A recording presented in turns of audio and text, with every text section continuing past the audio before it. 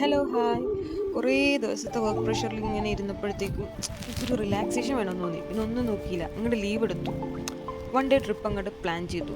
മുൻകൂട്ടി പ്ലാൻ ചെയ്തില്ല, എവിടെയെങ്കിലും പോകാമെന്ന് വിചാരിച്ച് ഇറങ്ങി. അങ്ങനെ ഇറങ്ങിയപ്പോഴാണ് മൈൻഡിലേക്ക് കോട്ടയത്ത് ഉള്ള കടവ് പുഴയെക്കുറിച്ച് ആലോചിച്ചത്.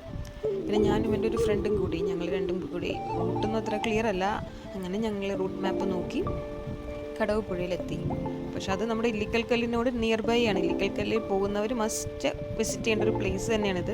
പക്ഷെ റോഡൊക്കെ കുറച്ച് പ്രശ്നങ്ങളൊക്കെ ഉണ്ട് അവിടെ ഇവിടെയൊക്കെ ആയിട്ട്. എന്നാലും പക്ഷെ അത്രയും ആ ഒരു കട്ടർ നിറഞ്ഞ റോഡിലൂടെ നമ്മൾ വന്നാലും ഇവിടെ കാണുന്ന കാഴ്ച നല്ല രസമാണ്.